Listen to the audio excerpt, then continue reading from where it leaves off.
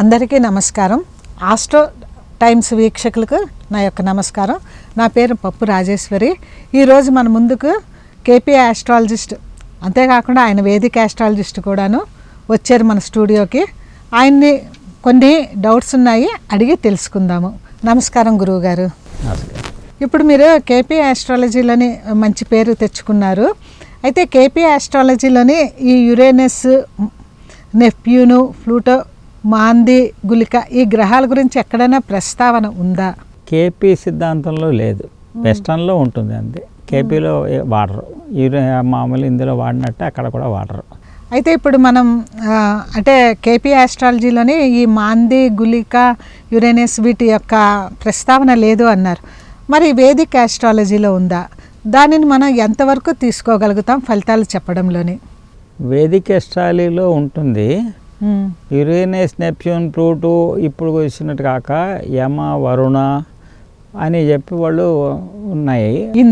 ఇంద్ర అని వాళ్ళని చూసుకుని చేసేవాళ్ళు ఉన్నారు. కానీ ఎక్కువ మనం ఇక్కడ ఎక్కువ వాడడం అదే అన్నమాట. మామూలుగా ఎక్కువ వేదికలో మన దేశంలో వాడడం. ఇక్కడ కేరళలోనూ అక్కడ ఎక్కువ వాడతారు. మాంది గుళిక అని, మాంది గుళిక శని పుత్రులు నేను అట్లా ప్రకాశ గ్రహాలని వాళ్ళు వాడతారు. కానీ ఇక్కడ పెద్ద ప్రచారం లేదు. యురేనస్ అనగానే ఏంటంటే సన్ కంటే పవర్ఫుల్ అని, నెప్ట్యూన్ అనగానే వరుణదేవుడు నేను, వానకి నేను కొన్ని, ప్లూటో అంటే డిస్ట్రక్షను, రీప్రాసెసింగ్ అని చెప్పి ఇవన్నీ ఎక్కువ వాడతారు. కానీ ఎక్కువ ఫలిత భాగాల్లో ఎక్కువ మనకి అవి డైలీ దినచర్యలోనూ మా ఇండివిజువల్ చార్ట్స్లో మనకి పెద్ద రాదు. వాళ్ళకి దశాభక్తులు కూడా రావు కనుక వాళ్ళ టైమింగ్ చేయటం కూడా కష్టం. వాళ్ళని గోచారంలో తీసుకోవచ్చు. గోచారంలో తీసుకునేటప్పుడు ఏంటంటే నెప్ట్యూను మూమెంట్స్ని బట్టి కొంత హెల్త్ చెప్పచ్చు. అట్లాగే యురేనస్ మూమెంట్ని బట్టి కొంత మానసిక ఉద్రేకత ఇదంతా కొన్ని చెప్పచ్చు అనమాట. పవర్ ఎక్కువ, హైలీ పవర్ఫుల్. సన్ కంటే చాలా వేడిగా ఉంటాడు యురేనస్ అనమాట. అందుకని ఆ వేడి ఉష్ణత అది. నెప్ట్యూన్ దగ్గర వరుణదేవుడు వచ్చేసరికి ముఖ్యంగా నెప్ట్యూన్ మూమెంట్ని బట్టి కొన్ని హెల్త్ మాటల్లో కొన్ని వస్తాయన్నమాట. అవి ఏదైనా హెల్త్ వాటిల్లో ఇవి కనుక అడ్డం వస్తే, ఆరోభావానికి సంబంధించినవి కనుక వస్తే గోచారంలో కలిసిన అక్కడ హెల్త్ డిస్టర్బెన్సెస్ గురించి కొంత చెప్పచ్చు. కానీ అది ఇదమితంగా చెప్పడానికి వీల్లేదు. అది దానికి దశాభుక్తులు లేవు. వాటి టైమింగ్ గోచారంలో వాడాల్సిందే. కానీ గోచారంలో అవి ఒక్కొక్క చోట కొన్ని సంవత్సరాలు ఉంటాయి. స్లో మూమెంట్ ప్లాంట్స్ కనుక అందులో కూడా కష్టం చెప్పటం.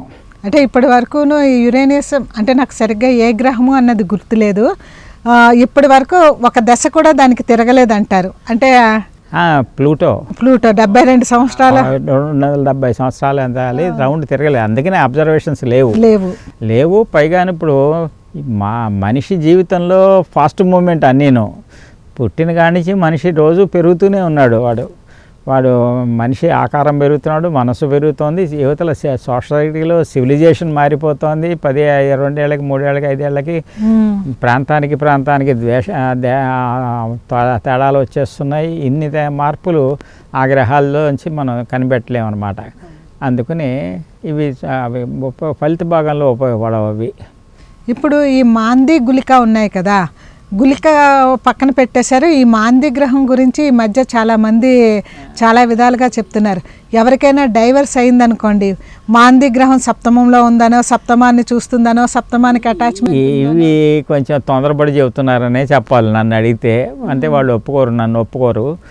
కాకపోతే ఇది ఏదన్నా చెడు జరిగింది కానీ అదేదో జరిగింది కనుక అది అంటారు. కానీ అసలు మాంది, గుళికలు కూడా శని ప్రభావమే, శని పుత్రులే వాళ్ళు. అందుకని వాళ్ళు శని ఎప్పుడు కీడు చేస్తాడని లేదు, శని కీడు చేస్తాడని ఎక్కడా లేదు. శని అంత మంచి గ్రహం ఎక్కడా లేదు అసలు. శని నిదానస్తుడు. అంటే నిదానం ఎందుకు చేస్తాడు? డిసిప్లిన్ ఇంప్లిమెంట్ చేస్తాడు. డిసిప్లిన్ కావాలి. డిసిప్లిన్కి ఒక శిక్షణ పొందాలి. శిక్షణ పొందడానికి టైం పడుతుంది వాడికి. అందుకని రైట్ మార్గంలో వెళ్ళాలి, టైం పడుతుంది. లేదు ఏదో పడితే చేసేసుకుంటానేనన్న వాడికి టైం పట్టదు. అందుకని ఆ టైంకి టైం తీసుకుంటాడు కనుక శని శని మందగతుడు నిదానసుడు మూమెంట్ కూడా మందం కనుక అంటారు తప్ప శని మేలు చేసేవాడే కానీ కీడు చేసేవాడు. శని కనుక మేలు చేస్తే తిరుగుదశ లేదు అసలు. శని రాహుకేతులు మేలు చేస్తే దానికి తిరుగుబడి లేదు అసలు, రివర్స్ కాదు అసలు. ఇంకా మిగతా గ్రహాలు మంచి చేస్తే ఆ టైం అయినాక అయిపోతాయి కూడా. ఇదే శని కనుక రాహుకేతులు మంచి చేస్తే, చెడు రీత్యా రాంగ్ వేలో మంచి చేస్తే అంటే లంచం పుచ్చుకోవటం ఇటువంటివి హెల్ప్ చేస్తే ఆ టైం అయిపోగానే వాడు శిక్ష పొందుతాడు, అది గ్యారంటీ.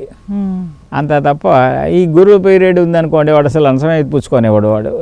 అది వీడు లంచం టైంలో ఏం ఇస్తాడు, తేడా ఏమొస్తుంది, శని ఎక్కడున్నా భోజనం పెడతాడు.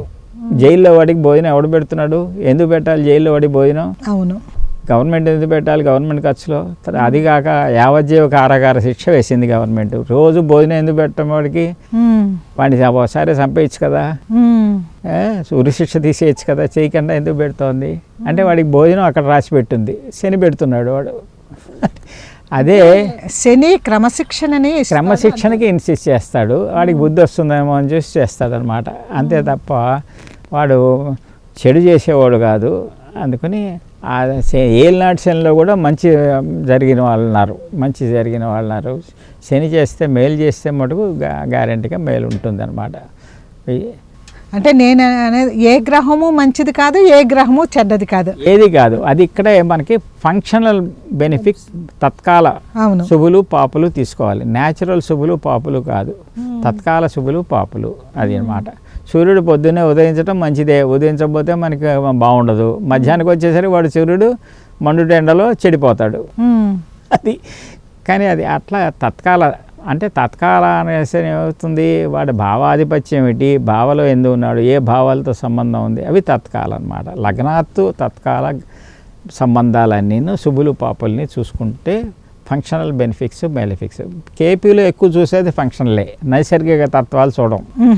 ఎక్కువ ఫంక్షనల్ బెనిఫిట్సే చూస్తాం, భావా చాటే చూస్తాం. అక్కడ రాశి చాటు మటుకు దృష్టుల కోసం చూస్తాం. అందుకని తేడా వస్తుంది అది. అయితే ఇప్పుడు బృహపరాశర హోరాశాస్త్రం ఉంది కదా, అందులోనే అప్రకాశ గ్రహాలని మాంది గుళిక గురించి చెప్పారు కదా. మరి అంటే జాతకంలో వాటి యొక్క ప్రభావం ఉంది కాబట్టి అక్కడ రాసి ఉంటారు కదా. ఉన్నది, వాటి ప్రభావం ఉంది. కానీ మనకి ఇక్కడ ఈ ఏరియాలో మనకి వాటిని చదివే అలవాటు లేదు. ఇప్పుడున్న కాల పరిస్థితులకి అంత స్లో మూమెంట్ ప్లానెట్స్తో సంబంధం లేదు. కొన్ని రిజల్ట్స్ చెప్తారు. ఎక్కువ వాడేది ఇప్పుడు కేరళ వాటిలో వాడతారు వాళ్ళు, అక్కడ ఆ ఏరియాలో ఎక్కువ. ఒక్కొక్క ప్రాంతంలో ఒక్కొక్క థీరీస్ డెవలప్ అయినాయి. కానీ ఇప్పుడు గ్లోబల్గా అన్నీ కలిసిపోతున్నాయి, కల్చర్స్ సివిలైజేషన్ అన్నీ కలిసిపోతున్నాయి కనుక ఇంత ఫాస్ట్గా మార్పులు వచ్చేవన్నీ దీనివల్ల వస్తుంది, దీనివల్ల రాలేదు అని చెప్పడానికి కష్టం. వాటికి దశా పీరియడ్స్ లేవు కదా, వాళ్ళని గోచారంలో తప్ప ఎక్కడ గోచారంలో కూడా వాళ్ళు చాలా స్లో మూవింగ్ ప్లానెట్స్ కనుక వాటిని ఆధారపడి మంచి కోసం వాళ్ళని ఆధారపడలేం, చెడు కోసం వాటి మీద ఆధారపడలేం. అది ప్రాబ్లం.